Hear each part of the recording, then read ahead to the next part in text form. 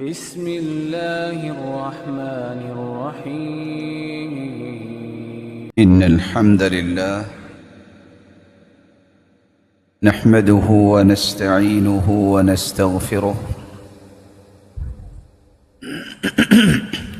ونعوذ بالله من شرور أنفسنا وسيئات أعمالنا. من يهده الله فلا مضل له ومن يضلل فلا هادي له، وأشهد أن لا إله إلا الله وحده لا شريك له، وأن محمدًا عبده ورسوله. يا أيها الذين آمنوا اتقوا الله حق تقاته ولا تموتن إلا وأنتم مسلمون. يا أيها الناس اتقوا ربكم الذي خلقكم من نفس واحدة وخلق منها زوجها وبث منهما رجالا كثيرا ونساء،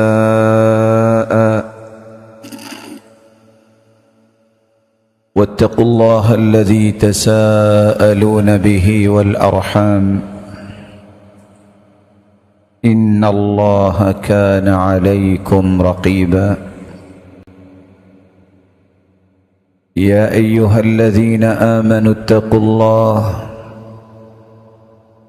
اتقوا الله وقولوا قولا سديدا يصلح لكم أعمالكم ويغفر لكم ذنوبكم، ومن يطع الله ورسوله فقد فاز فوزا عظيما. أما بعد، فأعوذ بالله من الشيطان الرجيم. والفجر وليال عشر.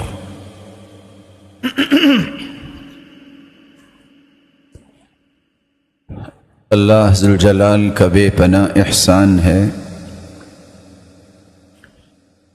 جس نے ہماری رشد و ہدایت کے لیے جہاں نوشتہ ہدایت قرآن مجید کو نازل کیا ہے، وہاں اس کی روشنی میں تربیت اور تزکیہ کرنے کے لیے سرتاج رسل محمد الرسول اللہ صلی اللہ علیہ وسلم کو ہادی و مرشد بنا کے بھیجا۔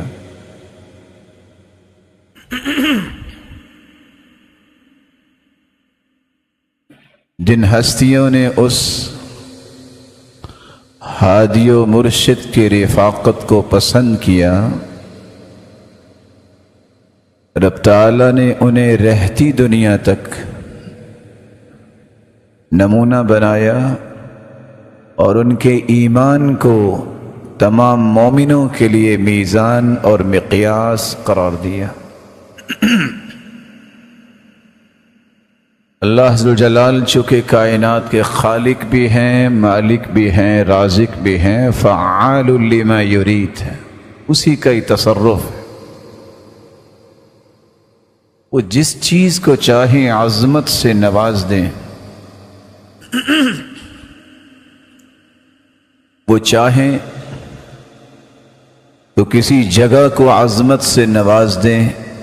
پوری کائنات میں اگر کوئی 55 سال 6 ماہ باجماعت نماز ادا کرتا ہے، اس کے مقابلے میں بیت اللہ میں ایک نماز اگر کوئی باجماعت پڑھتا ہے تو اسے 55 سال 6 ماہ کی نمازوں سے بھی زیادہ اجر و ثواب ملتا۔ وہ چاہے تو کسی وقت کو عظمت سے نواز دے، راتیں تو سارے سال میں آتی ہیں، لیکن جس کی قسمت میں لیلۃ القدر کی رات کی عبادت ہو جائے، وہ ایک رات کی عبادت 83 سال 4 مہینوں سے افضل عبادت قرار دی جاتی ہے۔ اللہ ذوالجلال چاہیں تو کسی شخصیت کو عظمت سے نواز دے، جیسا کہ انبیاء کو نوازا، اور صحابہ کرام کے متعلق رسول اللہ صلی اللہ علیہ وسلم نے فرمایا کہ اگر ان ہستیوں میں سے کوئی ایک مٹھی بھر کے جو اللہ کی راہ میں پیش کرتا ہے، احد پہاڑ جتنا سونا بھی تم خرچ کر لو تو وہ مٹھی جتنے جو کے اجر و ثواب کو نہیں پہنچ سکتا۔ وہ چاہے تو کسی کلمے کو، کسی بات کو عظمت سے نواز دے، قیامت کو ایسا ترازو اللہ لگائیں گے اعمال کا وزن کرنے کے لیے کہ لو وضعت السماوات والارض ومن فيهن في كفة لوسعتهن، اگر ساتوں زمینیں اور ساتوں آسمان ایک پلڑے میں رکھ دیے جائیں تو پھر بھی اس دن ایک پلڑا بھی بھرے گا نہیں، اتنا بڑا ترازو۔ لیکن خوشی کے ساتھ اگر انسان کہہ دے الحمدللہ تملأ المیزان، تو اللہ کو یہ کلمہ اتنا پسند ہے کہ قیامت کے دن ترازو کے دونوں پلڑے لبالب نیکیوں سے بھر جائیں گے۔ اس لیے اللہ ذوالجلال نے، کیونکہ وہ خالق و مالک ہے، وہ جس چیز کی چاہے قسم اٹھائیں، اللہ نے 2 چیزوں کی قسم اٹھائی ہے، والفجر ولیال عشر۔ فجر کی قسم ہے اور 10 راتوں کی قسم ہے۔ اللہ تعالیٰ نے فجر کی قسم کیوں اٹھائی؟ رسول اللہ صلی اللہ علیہ وآلہ وسلم کا فرمان ہے، من صلى العشاء والفجر في جماعة فكأنما صلى الليل كله۔ سیدنا عثمان رضی اللہ تعالی عنہ سے مروی ہے، صحیح مسلم کی روایت ہے کہ فجر کا وقت اتنا اللہ کے ہاں محبوب ہے کہ جو فجر کی نماز اور عشاء کی نماز با جماعت ادا کر لیتا ہے تو ساری رات کا قیام اس کے نامہ اعمال میں لکھ دیا جاتا ہے۔ والفجر، قسم ہے فجر کی۔ اللہ تعالیٰ نے فجر کی قسم کیوں اٹھائی ہے؟ سیدنا ابو ہریرہ رضی اللہ تعالی عنہ روایت کرتے ہیں، صحیح بخاری کی روایت ہے، یتعاقبون فیکم ملائکۃ باللیل وملائکۃ بالنہار۔ دن رات فرشتوں کی ڈیوٹیاں اللہ ذوالجلال لگاتے ہیں۔ یجتمعون فی صلاة الفجر وصلاة العصر۔ صبح کی نماز اور عصر کی نماز پہ فرشتوں کی ڈیوٹیاں تبدیل ہوتی ہیں۔ جب وہ واپس جاتے ہیں تو اللہ ذوالجلال ان سے سوال کرتے ہیں، اچھا جب تم گئے تھے تو میرے بندے کیا کر رہے تھے؟ فرشتے جواب دیتے ہیں، جب گئے تھے تب بھی نماز میں تھے، جب آئے تو تب بھی نماز میں تھے۔ اچھا فرشتوں گواہ رہنا، میں نے ان کو معاف کر دیا۔ والفجر، قسم ہے فجر کی۔ اللہ نے فجر کی قسم کیوں اٹھائی؟ سیدہ عائشہ رضی اللہ تعالی عنہا سے مروی ہے، صحیح مسلم کی روایت ہے، رکعتا الفجر خیر من الدنیا وما فیہا۔ دنیا اور جو کچھ دنیا کے اندر ہے یہ سب کچھ بیچ دیا جائے تو ان 2 رکعتوں کی قیمت ادا نہیں کی جا سکتی جو فجر کی نماز سے پہلے ایک مسلمان کو نصیب ہوتی ہے۔ والفجر، قسم ہے فجر کی۔ اللہ تعالیٰ نے فجر کی قسم کیوں اٹھائی ہے؟ رسول اللہ صلی اللہ علیہ وسلم نے فرمایا، صحیح بخاری کی روایت ہے، اثقل الصلوات علی المنافق صلاة الفجر وصلاة العشاء۔ منافق پہ یہ 2 نمازیں بھاری ہوتی ہیں، عشاء کی نماز اور فجر کی نماز۔ تو جو فجر کی نماز پڑھ لیتا ہے وہ اپنے آپ کو گویا منافقت سے بچا لیتا ہے۔ اور بزار کی روایت کے الفاظ ہیں، الذین تثاقلت رؤوسهم عن الصلاة، یہ منافقت کی نشانی ہے کہ جن کے سر فجر اور عشاء کی نماز پہ بھاری اور بوجھل ہو جاتے۔ اس سے بڑا انعام کیا ہے کہ جو فجر کی نماز پڑھے وہ اپنے آپ کو منافقت سے بچا لیتا۔ والفجر، قسم ہے فجر کی۔ اللہ تعالیٰ نے فجر کی قسم کیوں اٹھائی ہے؟ سیدنا ابو ہریرہ رضی اللہ تعالی عنہ سے مروی ہے، رسول اللہ صلی اللہ علیہ وسلم نے فرمایا، صحیح بخاری کی روایت ہے، يعقد الشيطان على قافية رأس أحدكم إذا هو نام 3 عقد۔ جب بندہ سو جاتا ہے تو شیطان اس کی گدی پہ 3 گرے لگاتا ہے۔ خوش نصیب ہے وہ شخص جس کو یہ توفیق دی جاتی ہے، وہ فجر کی نماز کے لیے اٹھتا ہے، ذکر کرتا ہے۔ کیسے اٹھا؟ اپنے چہرے پہ ہاتھ رکھتا ہے نیند کو دور کرنے کے لیے، الحمدللہ الذي احیانا بعدما اماتنا والیہ النشور، الحمدللہ الذي رد علی روحی وعافانی فی جسدی واذن لی بذکری۔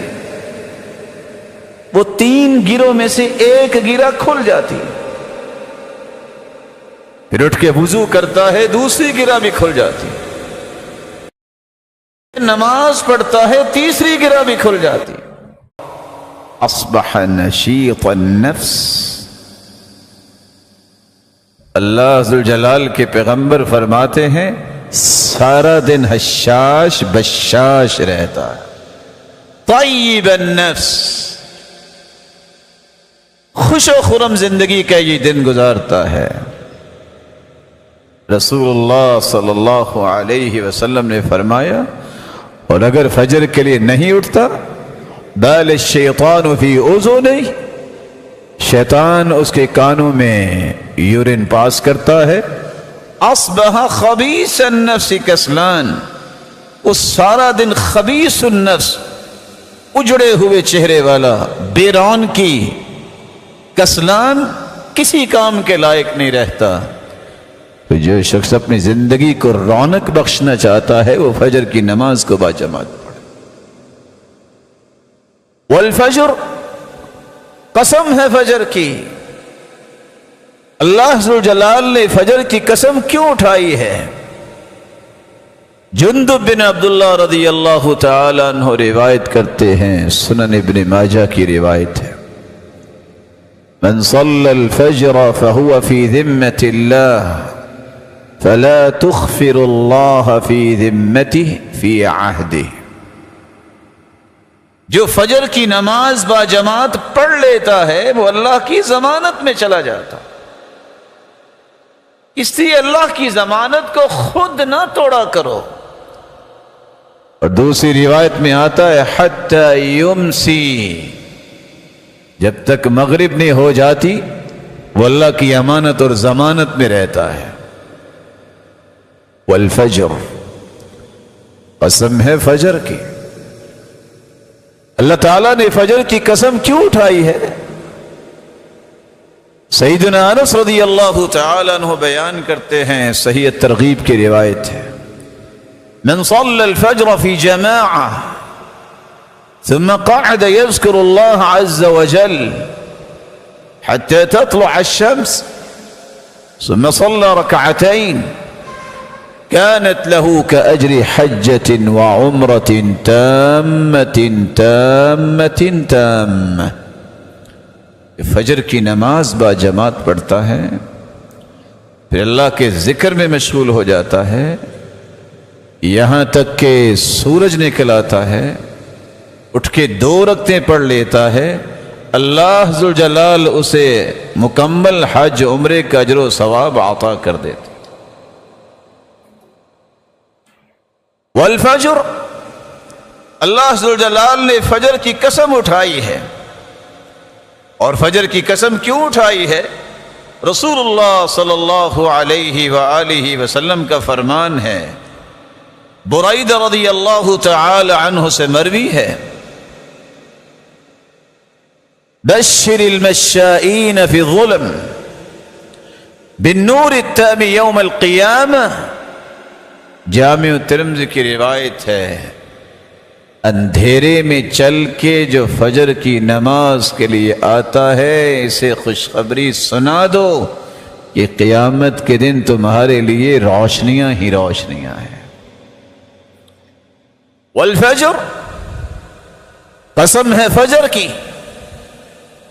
عمارہ بن رویبہ رضی اللہ تعالی عنہ روایت کرتے ہیں، صحیح مسلم کی روایت ہے، اللہ تعالیٰ نے کیوں قسم اٹھائی ہے فجر کی؟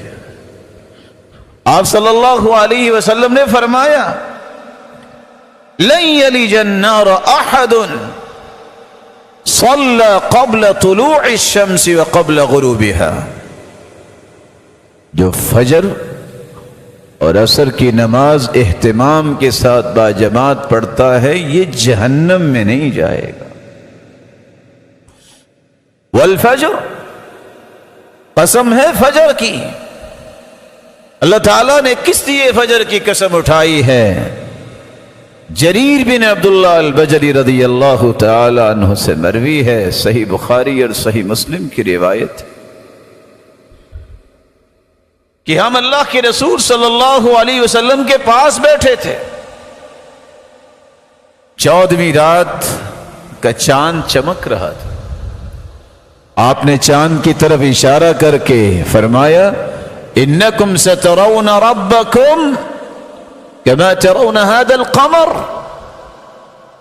قیامت کا دن ہوگا جس طرح تم چاند کو دیکھ رہے ہو تمہیں تمہارے رب کا دیدار بھی ہوگا. لا تضامون فی رؤیتہ، جس طرح چاند کو دیکھنے میں کوئی رکاوٹ نہیں ہے نا، جنت میں تمہیں تمہارے رب کا دیدار ہوگا. فَإِنِ اسْتَطَعْتُمْ أَلَّا تُغْلَبُوا عَلَى صَلَاةٍ قَبْلَ طُلُوعِ الشَّمْسِ وَقَبْلَ غُرُوبِهَا فَافْعَلُوا. دیدار الہی کی تمنا اور تڑپ ہے تو فجر کی نماز اور عصر کی نماز کا اہتمام کر لینا، اللہ تمہیں اپنا دیدار نصیب فرما دے. والفجر، اللہ ذوالجلال نے فجر کی قسم اٹھائی. آپ نے یہ 10 احادیث سنی ہیں، یہ اس بات کا تقاضا کرتی ہیں کہ بینگ اے مسلم جس طرح مجھے قربانی کا بڑا شوق ہے، مجھے اس سے زیادہ شوق یہ رہنا چاہیے کہ میری زندگی کے آخری سانس اور آخری رمق تک میری فجر اور عصر کی نماز میں کوئی کمی کوتاہی نہیں ہونی چاہیے. وَلَيَالٍ عَشْرٍ، قسم ہے 10 راتوں کی. سیدنا عبداللہ ابن عباس، سیدنا عبداللہ ابن الزبیر رضی اللہ تعالی عنہما فرمایا کرتے تھے، یہ 10 راتیں جس کی اللہ ذوالجلال نے قسم اٹھائی ہے یہ ذوالحجہ کے پہلے 10 دنوں کی راتیں. اللہ نے ان 10 دنوں کی قسم کیوں اٹھائی ہے؟ جابر رضی اللہ تعالیٰ عنہ فرماتے ہیں، صحیح ترغیب کی روایت ہے، افضل ایام الدنیا ایام العشر. سال کے جتنے مہینے جتنے دن ہیں سب سے افضل ترین دن ہے تو یہ وہ ذوالحجہ کے پہلے 10 دن ہیں جو آج کل جاری ہیں. اللہ ان کو غنیمت سمجھنے کی توفیق عطا فرمائے. اور یہ بات ریئلائز کرنی چاہیے، جس طرح ہم رمضان المبارک کو کتنا عظیم مہینہ سمجھتے ہیں، کس قدر توجہ کے ساتھ ہم نماز پڑھتے ہیں، قرآن پڑھتے ہیں. امام ابن تیمیہ رحمہ اللہ اور شیخ محمد بن صالح العثیمین رحمہ اللہ فرمایا کرتے تھے راتوں کے اعتبار سے رمضان کا آخری عشرہ افضل ہے، لیکن دنوں کے اعتبار سے ذوالحجہ کے پہلے 10 دن افضل ہے. آپ رمضان میں جو نیکی کا کام کرتے ہیں 2 رکعتیں پڑھتے ہیں، اور اگر 2 رکعتیں آپ ذوالحجہ کے پہلے 10 دنوں میں پڑھیں گے تو یہ ان 2 رکعتوں سے افضل ہوں گے. اللہ ذوالجلال نے 10 دنوں کی قسم کیوں اٹھائی ہے؟ ان کے بارے میں اللہ ذوالجلال نے خصوصاً ذکر کا حکم دیا ہے. وَيَذْكُرُ اسْمَ اللَّهِ عَلَى مَا رَزَقَهُم مِّن بَهِيمَةِ الْأَنْعَامِ فی ایام معلومات. ان ایام معلومات سے مراد یہ 10 دن ہیں، جیسا کہ عبداللہ ابن عباس، ابو موسیٰ اشعری، مجاہد ابن جبر، سعید بن جبیر، سیدنا حسن بصری، قتادہ اور دیگر علماء امت نے اس سے مراد یہی 10 دن لیے. وَلَيَالٍ عَشْرٍ، اللہ نے ان 10 دنوں کی قسم اٹھائی ہے. 3 حدیثوں میں 3 سبب اس کے بیان ہوئے ہیں. ما من ایام العمل الصالح فیہن احب الی اللہ ازکا عند اللہ افضل عند اللہ. پورے سال میں آپ جو اعمال کرتے ہیں سب سے افضل ترین عمل وہ ہے جو ان 10 دنوں میں کیا. پورے سال آپ اعمال کرتے ہیں، سب سے محبوب ترین عمل وہ ہے جو ان 10 دنوں میں کیا جائے. پورے سال میں آپ اعمال صالحہ کرتے ہیں، سب سے پاکیزہ عمل جو ہے وہ ہے جو ان 10 دنوں میں کیا جائے. وَلَيَالٍ عَشْرٍ، اللہ تعالیٰ نے ان 10 دنوں کی قسم اٹھائی ہے. اس کی ایک چھٹی وجہ یہ ہے، اللہ نے انہی 10 دنوں میں دین اسلام کو مکمل کیا.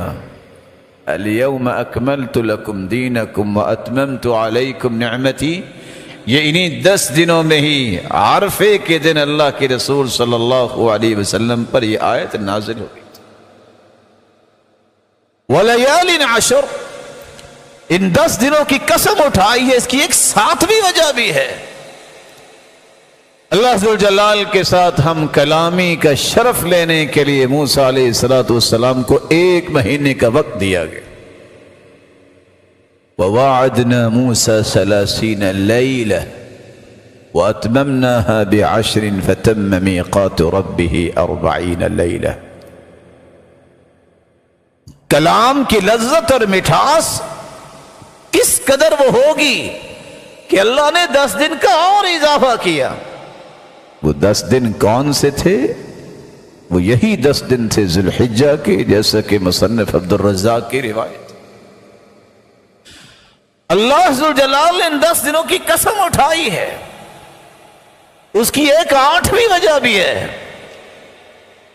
انہی 10 دنوں میں عرفے کے دن اللہ ذوالجلال نے قیامت تک آنے والی انسانیت کی روحوں کو بکھیر دیا تھا میدان عرفات میں، اور اپنی ربوبیت کا وعدہ لیا تھا. الست بربکم قالوا بلی، بتاؤ میں تمہارا رب ہوں کہ نہیں؟ سب نے کہا تھا کہ ہاں ہم گواہی دیتے ہیں اے اللہ آپ ہمارے رب. اللہ ذوالجلال نے ان 10 دنوں کی قسم اٹھائی ہے. کہ 9ویں وجہ بھی ہے. انہی 10 دنوں میں ایک دن عرفے کا دن ہے. سارے سال میں اتنے لوگ جہنم سے آزاد نہیں ہوتے جتنے اللہ ذوالجلال عرفے کے دن جہنم سے لوگوں کو آزاد کرتے. رسول اللہ صلی اللہ علیہ وسلم نے یہ بھی فرمایا کہ اس دن انسان روزہ رکھ لیتا ہے 9 ذی الحجہ کا، یکفر السنۃ الماضیہ والباقیہ، 2 سال کے گناہ معاف ہوتے ہیں۔ اللہ ذوالجلال نے ان 10 دنوں کی قسم اٹھائی ہے۔ اس کی ایک 10ویں وجہ بھی ہے، اللہ کے رسول صلی اللہ علیہ وسلم کا فرمان ہے، ان اعظم الایام عند اللہ یوم النحر ثم یوم القر، سب سے عظیم ترین دنوں میں سے ایک دن قربانی کا دن بھی ہے، جس دن تم ایک جان اللہ ذوالجلال کے لیے قربان کرتے ہو۔ جس فجر کی قسم اٹھائی ہے اور 10 دنوں کی، زندگی میں کبھی فجر فوت نہیں ہونی چاہیے۔ زندگی میں جب بھی یہ دن آ جائیں، ان کی عظمت کو سامنے رکھتے ہوئے کبھی بھی سستی اور تغافل نہیں برتنا چاہیے۔ ہمیں کم از کم 10 کام کرنے چاہیے جس کو آج ہم سستی کرتے ہوئے چھوڑ دیتے ہیں۔ ہر شخص یہی دیکھتا ہے کہ جنوری اور فروری کی پہلی تاریخ آ گئی ہے۔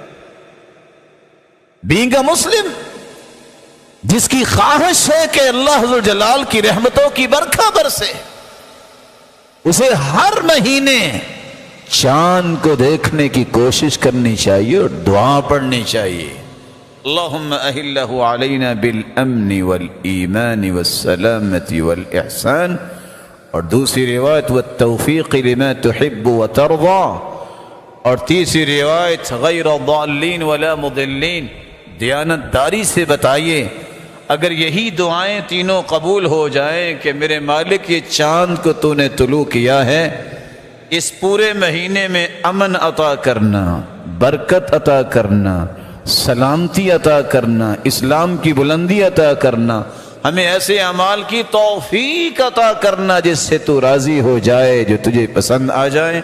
پورا مہینہ نہ میں کسی کو گمراہ کروں، نہ مجھے کوئی گمراہ کرنے کی طاقت رکھے۔ اگر یہ 7 دعائیں قبول ہو جائیں تو کیا کوئی زندگی کی خواہش باقی رہے گی؟ جب یہ چاند نظر آئے تو آپ نے مسئلہ تو سن رکھا ہوگا، پھر کثرت سے اللہ ذوالجلال کی پاکی بیان کرتے ہیں، اللہ ذوالجلال کی کبریائی بیان کرتے ہیں، توحید کو بیان کرتے ہیں۔ فَأَكْثِرُوا فِيهِنَّ مِنَ التَّحْمِيدِ وَالتَّكْبِيرِ وَالتَّهْلِيلِ، آپ چلتے پھرتے جب آپ کو موقع ملے لا الہ الا اللہ، الحمدللہ، اللہ اکبر، یہ عادت بنانی چاہیے۔ ایک وہ تکبیریں ہیں جو آپ نے 9 ذی الحجہ کو شروع کرنی ہے، یہ مطلق تکبیریں ہیں کہ آپ کو چلتے پھرتے جب بھی یاد آئے، گھر میں بیٹھے تو اللہ ذوالجلال کی توحید، کبریائی اور حمد و ثنا کو بیان کیا جائے۔ اپنے ناخن اور بالوں کو مت کٹوائیے جو قربانی کرنا چاہتے ہیں۔ ان 10 دنوں میں ایک تیسرا کام بھی کرنے والا ہے۔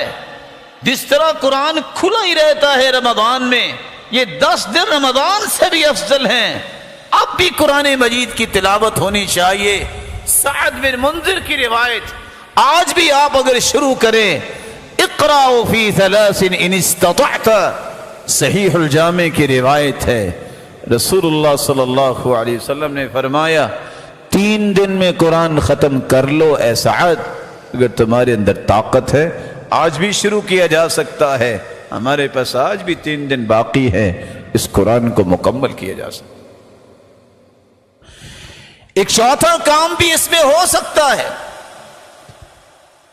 کہ جب ہم یہ سنتے ہیں کہ جو 12 رکعتیں پڑھ لے اس کو جنت میں گھر ملتا ہے، 4 ظہر سے پہلے، 2 ظہر کے بعد، 2 مغرب کے بعد، 2 عشاء کے بعد، 2 فجر سے پہلے، انسان کو ان دنوں میں پابندی تو کرنی چاہیے۔ 360 جوڑ انسان کے جسم میں ہیں، ہر جوڑ پہ صدقہ ہے۔ علی کل سلام من احدکم صدقہ، بڑے سے بڑا امیر باتیں تو بڑی کرتا ہوگا لیکن 360 جوڑوں کا صدقہ کون دیتا ہے؟ حدیث میں آتا ہے جو 2 رکعتیں پڑھ لیتا ہے چاش کے موقع پہ، اللہ اس کے 360 جوڑوں کا صدقہ ادا کر دیتا۔ کبھی تو ہمیں چاش کی پابندی اشراق کا موقع ہے نا ایام میں تو ہونا چاہیے، کبھی تو حدیث پہ عمل ہو کہ جو ظہر سے پہلے 4 رکعتیں اور ظہر کے بعد 4 رکعتیں پڑھ لیتا ہے، حرمہ اللہ علی النار، اللہ اس بندے کو جہنم پر حرام قرار دے دیتے۔ ان دنوں میں تو یہ کام کرنا ہی چاہیے کہ من حافظ علی 4 رکعات قبل العصر، جو عصر سے پہلے 4 رکعتیں پڑھتا ہے جہاں اللہ کی رحمت ملتی ہے، اگر حفاظت کرے تو جنت میں گھر بھی ملتا ہے۔ مصنف ابن ابی شیبہ کی روایت کو سامنے رکھتے ہوئے کبھی تو یہ خواہش پوری ہو کہ عشاء کی نماز کے بعد جو 4 رکعتیں اکٹھی پڑھتا ہے، سلام نہیں پھیرتا، فرضوں کے بعد تو گویا اس نے لیلۃ القدر میں 4 رکعتیں پڑھی ہیں۔ ان دنوں میں یہ تو خواہش پوری کرنی چاہیے نا۔ کبھی کام پہ بیٹھے ہو، کوئی شخص نہیں ہے، اٹھ کے 2 رکعتیں پڑھ لو۔ نوافل ان ایام میں کثرت سے پڑھیے۔ ایک 5واں کام بھی آپ کر سکتے ہیں،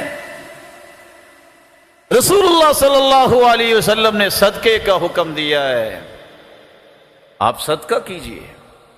صدقے سے مراد صرف پیسہ خرچ کرنا نہیں ہے، آپ کسی کو مسکرا کے دکھائیں گے صدقہ ہے، اللہ اکبر کہیں گے صدقہ ہے، الحمدللہ کہیں صدقہ ہے، استغفر اللہ کہیں صدقہ ہے، سلام کسی کو کہیں صدقہ ہے، تعدیل بین اثنین صدقہ، 2 لوگوں کی صلح کروا دے صدقہ ہے، کوئی دھوپ میں کھڑا ہے اس کو سواری پہ بٹھا لے صدقہ ہے، کوئی کمزور بوڑھا اس کے سامان کو اٹھا کے اس کی سواری پہ رکھ دے صدقہ ہے، کسی کو قرض حسنہ دے دیں یہ صدقہ ہے، کسی کے دل میں خوشی پیدا کر دیں جس کو کبھی آپ نے کال نہیں کی رشتہ دار ہے، اس کو ان دنوں میں تو آپ حال چال پوچھ لیں صدقہ ہے۔ رسول اللہ صلی اللہ علیہ وسلم نے فرمایا کہ جو تکلیف میں کرا رہا ہے دوڑ کے اس کی طرف جانا یہ صدقہ ہے۔ کچھ 36 قسم کے صدقے ہیں۔ دمدم رضی اللہ تعالیٰ عنہ کہنے لگے اللہ کے رسول صدقہ کرنا چاہتا ہوں، پیسہ نہیں ہے۔ کہا تو کیسے صدقہ کرو گے؟ کہا انی اتصدق بعرضی، میں اپنی عزت کا صدقہ کرنا چاہتا ہوں، آج کے بعد مجھے کوئی گالی دے میں غصہ نہیں کروں۔ الصدقة تطفئ الخطيئة كما يطفئ الماء النار، آگ پانی سے جس طرح ختم ہو جاتی ہے صدقے سے گناہ صاف ہو جاتے ہیں۔ الصدقة تطفئ غضب الرب، اللہ کے غصے کو ٹھنڈا کرنا چاہتے ہو صدقہ کرو۔ وتدفع میتۃ السوء، بری موت سے بچنا چاہتے ہو صدقہ کرو۔ ان الصدقة لتطفئ عن اہلها حر القبور، قبر کی گرمی شدت اور حدت اس کو ٹھنڈک میں تبدیل کرنا چاہتے ہو صدقہ کرو۔ قیامت کی ہولناکیوں میں عرش کا سایہ چاہیے تو صدقہ کرو۔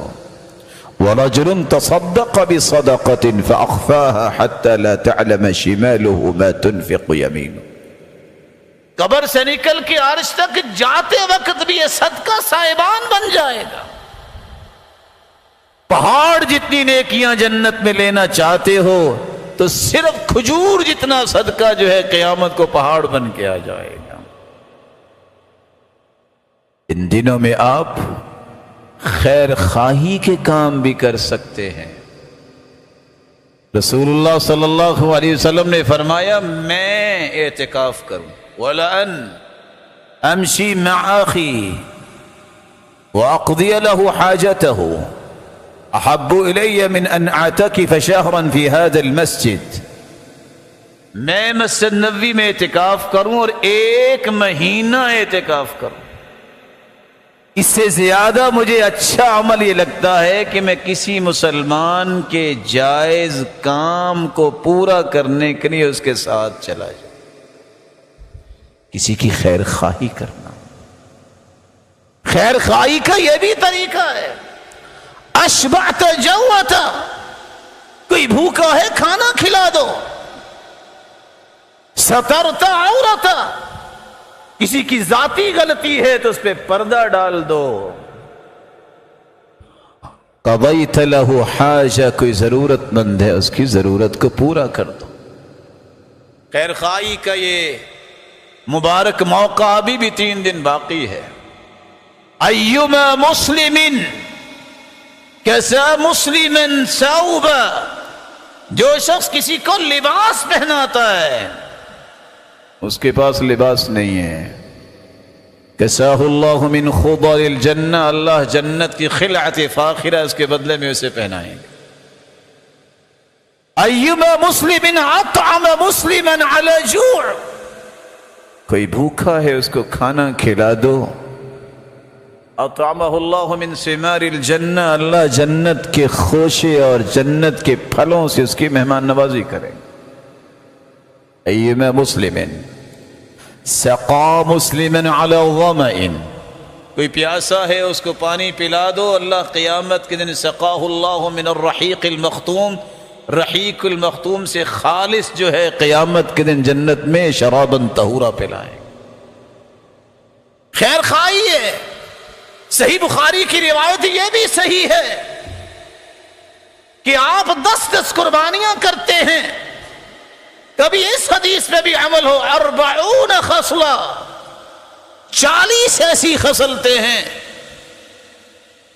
لا يعمل بخصلة منهن الا ادخله الله الجنہ، ان 40 خصلتوں میں سے کوئی ایک بھی خصلت اختیار کر لے اللہ اسے جنت لے جائے گا۔ وہ کیا ہے؟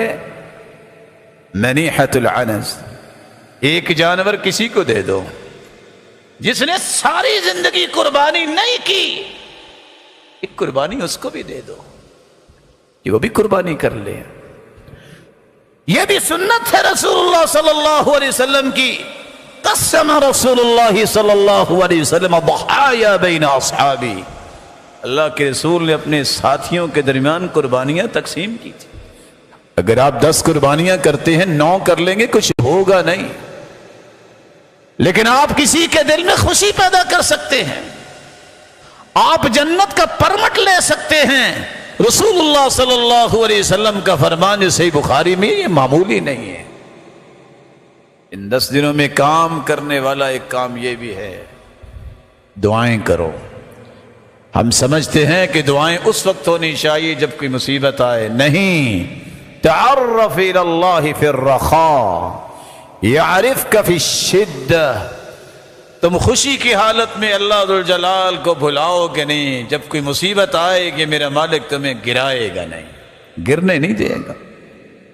دعائیں کرو اپنے لیے، وقت نکالو۔ یہ آج جمعے کا دن ہے اور ذوالحجہ کے اندر ہے، پہلے 10 دنوں میں ہے، یہ سال کے 52 جمعوں میں سب سے افضل ترین جمعہ ہے۔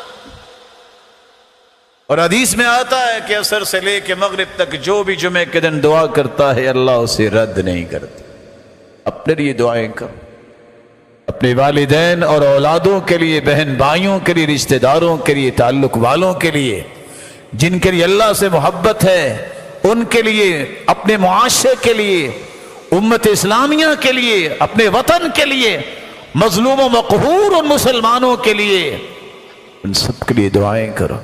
صرف ایک بات، دعا انسان جب کرتا ہے، حدیث کے الفاظ ان البلاء ينزل، بلا آسمان سے نازل ہوتی، بندہ دعا کرتا ہے، فَيَعْتَلِجَانِ مَا بَيْنَ السَّمَاءِ وَالْأَرْضِ إِلَى يَوْمِ الْقِيَامَةِ، یہ دعا جب جاتی ہے آسمان اور زمین کے درمیان، دعا اور بلا گتھم گتھا ہوتی ہیں، قیامت تک اس بلا کو دعا نیچے آنے ہی نہیں دیتی۔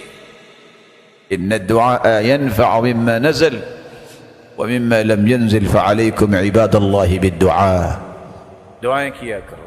اور 10واں کام ان 10 دنوں میں قربانی کرنا۔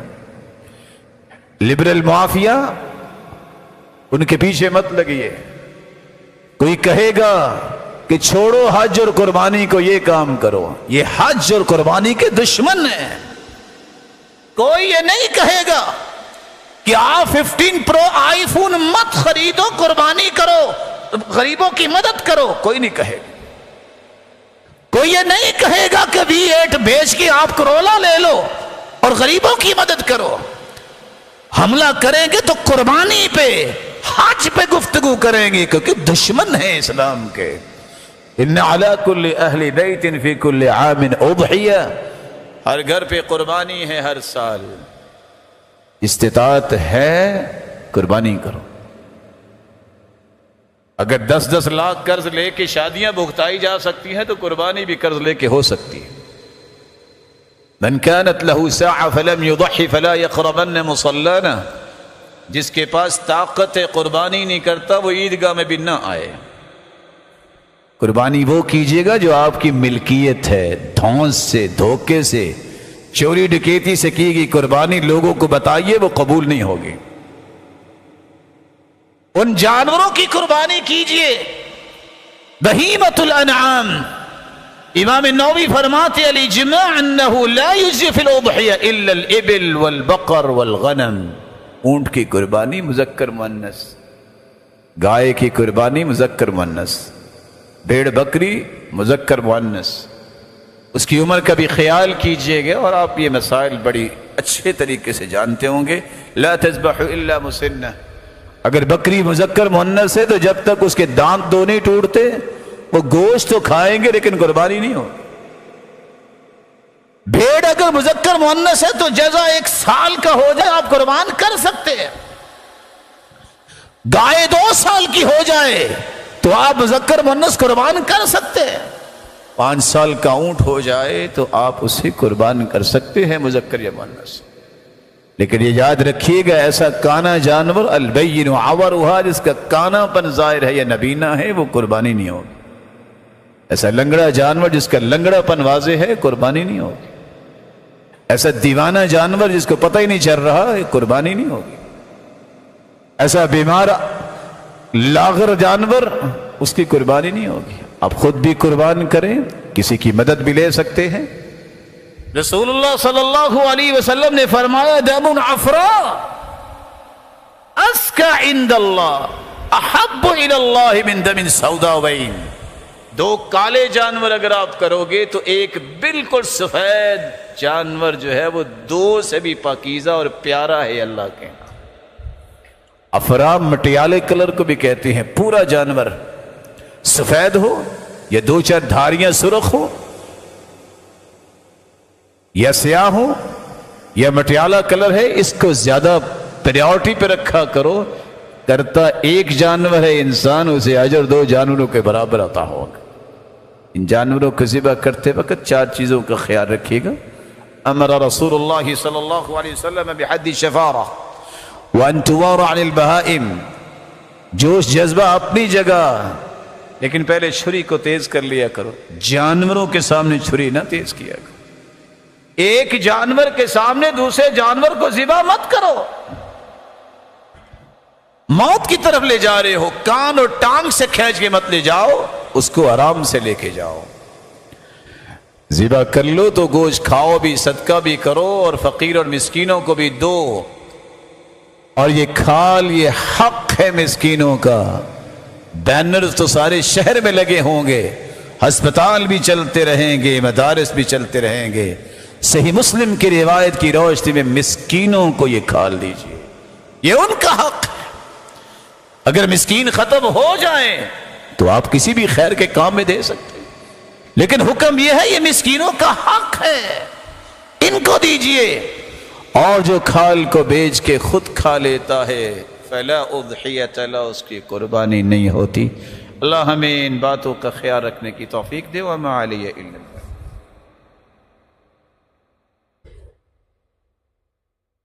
الحمد للہ علی احسانہ والشکر لہ علی توفیقہ وامتنانہ، اما بعد۔ بہت سے لوگ مچلتے نظر آتے ہیں کہ میں حج پہ نہیں جا سکا۔ اللہ ذو الجلال ہر ایک کی یہ تمنا اور خواہش پوری فرما دے۔ رسول اللہ صلی اللہ علیہ وآلہ وسلم نے خوشخبری دی ہے جو نہیں جا سکے وہ بھی حج کا ثواب لے سکتے ہیں۔ حدیث کے الفاظ من مشى الى جماعہ الى صلاة مکتوبہ فہی کاجر حج، اس نیت سے پیدل اپنے گھر سے مسجد کی طرف فرض نماز پڑھنے آؤ، اللہ حج کا ثواب دے دیں گے۔ ایک دوسرا طریقہ ہے جو شخص گھر سے باوضو ہو کے آئے، فَأَجْرُهُ كَأَجْرِ الْحَاجِّ، نماز پڑھنے آتا ہے اللہ اسے ثواب حج کا ہی دے گا۔ ایک تیسرا سبب ہے کہ آپ نیت کر کے آؤ میں نے کچھ سیکھنا ہے یا سکھانا ہے، اجر اتنا ہی ملے گا جتنا حاجی حج کر کے آتا ہے، تامن حجتو، جس کا حج اللہ نے مکمل کیا۔ ایک چوتھا طریقہ ہے بر الحج اطعام الطعام وطیب الکلام، لوگوں کو رب کی رضا کے لیے کھانا کھلا دو لیکن نرمی سے بات کرو، روب نہ جماؤ، احسان نہ جتلاؤ، اللہ نیکی تمہیں حج کی عطا کر دیں۔ ایک پانچواں طریقہ ہے جس طریقے سے آپ حج کا اجر لے سکتے ہیں۔ صحابہ نے کہا اللہ کے رسول امیر لوگ تو لے گئے، وہ تو اجر لے گئے، پوچھا کیسے؟ کہا حج کرتے ہیں، عمرے کرتے ہیں، جہاد کرتے ہیں، صدقہ کرتے ہیں، ہم غریب ہیں ہم کیا کریں؟ کہا نماز کے بعد 33 مرتبہ سبحان اللہ الحمدللہ اور 34 مرتبہ اللہ اکبر کہہ دینا، حج عمرہ جہاد صدقے کے برابر تمہیں بھی اجر مل جائے گا۔ نماز پڑھ کے بیٹھے ہیں، امیر صحابہ جانے لگے، پوچھا کیسے بیٹھے ہو؟ کہا اللہ کے رسول نے بتایا، وہ بھی بیٹھ گئے۔ کہا اللہ کے رسول پہلے بھی وہ افضلیت لے گئے، انہوں نے بھی یہ کام شروع کر دیا ہے۔ فرمایا ذالک فضل اللہ یؤتیہ من یشاء، یہ اللہ کا فضل ہے جس کو اللہ عطا کرتا ہے۔ پابندی سے بیٹھ کے یہ اذکار کیا کر۔ ایک طریقہ یہ بھی ہے، رسول اللہ صلی اللہ علیہ وسلم نے فرمایا جو نیت کر لیتا ہے، جابر بن عتیق کی روایت ہے، ان اللہ قد اوقع اجرہ علی قدر نیتی، اللہ نیت کے مطابق بھی اجر عطا کر دیتے ہیں۔ ایک طریقہ دعا کے ساتھ ساتواں پیش کیے دیتا ہوں، حدیث میں آتا ہے العمرۃ فی رمضان تعدل حجہ او حجۃ معی، اللہ آپ سب کو رمضان المبارک میں عمرہ نصیب فرمائے، جو رمضان میں عمرہ کرتا ہے اللہ ذوالجلال اسے حج کا اجر و ثواب عطا کرتے ہیں۔ اور رسول اللہ صلی اللہ علیہ وسلم نے یہ بھی فرمایا، اس نے گویا میرے ساتھ حج کیا۔ کثرت سے ذکر کیجئے، یہ بہت مبارک ایام ہیں، صرف 100 مرتبہ سبحان اللہ کہہ دیں تو اللہ ذوالجلال کے پیغمبر کا فرمان ہے کہ 100 غلام آزاد کرنے کا اجر مل جائے۔ 100 مرتبہ الحمدللہ کہہ دیں گے تو 100 گھوڑے اللہ کی راہ میں پیش کرنے کا اجر و ثواب مل جائے۔ 100 مرتبہ الحمدللہ کہہ دیں گے، 100 اونٹ سامان سے لدے ہوئے اللہ کی راہ میں پیش کرنے کا اجر مل جائے گا۔ سلسلہ صحیحہ کی روایت کے چوتھے لفظ یہ ہیں، جو لا الہ الا اللہ 100 مرتبہ پڑھ لے تو یہ زمین و آسمان، جس کے بارے میں عبداللہ ابن مسعود فرماتے ہیں کہ زمین و آسمان کا خلا 500 سال کا ہے، جو لا الہ الا اللہ 100 مرتبہ پڑھ لے زمین و آسمان کا خلا نیکیوں سے بھر جاتا ہے۔ سبحان اللہ و بحمدہ 100 مرتبہ پڑھ لے سمندر کی جھاگ جتنے گناہ بھی معاف ہو جائیں۔ رضیت باللہ ربا وبالاسلام دینا وبمحمد نبی صلی اللہ علیہ وسلم، صبح شام 3 مرتبہ پڑھ لے، اور ان ایام میں تو کثرت سے پڑھے، 5 انعام ملیں گے، گناہ بھی معاف، ظالم کے ظلم سے بھی اللہ بچائیں گے، اللہ کے رسول کی سفارش بھی ملے گی۔ اور حدیث کہتی ہے انا الزعیم لآخذنہ بیدہ، لوگوں میں اس بات کی گارنٹی دیتا ہوں میں اپنے ہاتھ سے اس بندے کا ہاتھ پکڑ کے جنت میں لے جاؤں، اور 5واں انعام اللہ راضی ہو جائیں گے۔ دنیا کے خزانوں کے لیے تو بڑی تڑپ اور پلاننگز ہیں، جنت کے خزانے چاہیے تو کثرت سے لا حول ولا قوت الا باللہ پڑھیے۔ دنیا کی سختی میں آگے، پریشانی ہے، غم ہے، بیماری ہے، اللہ اللہ ربی لا شریک لہ، یہ کثرت سے پڑھی، اللہ ہر سختی کو خوشی میں تبدیل فرما دے گی۔ اللہ ذوالجلال سے دعا ہے الہ العالمین یہ روشن چہرے جتنے تشریف فرما ہیں سب کو اپنے مقربین کی صف میں شامل فرما۔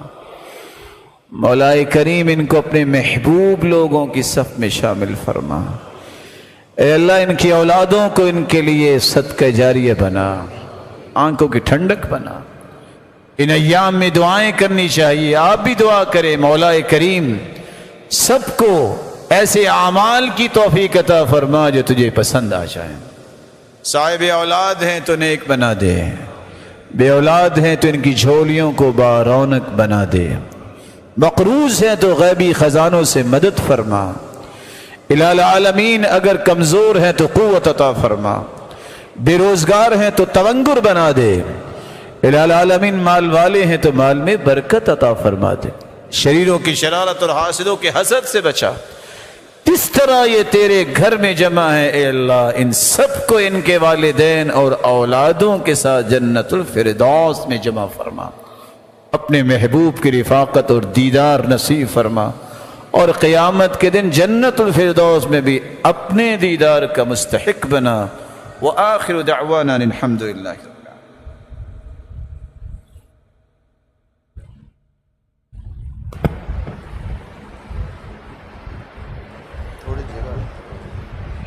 اللہ اکبر اللہ اکبر۔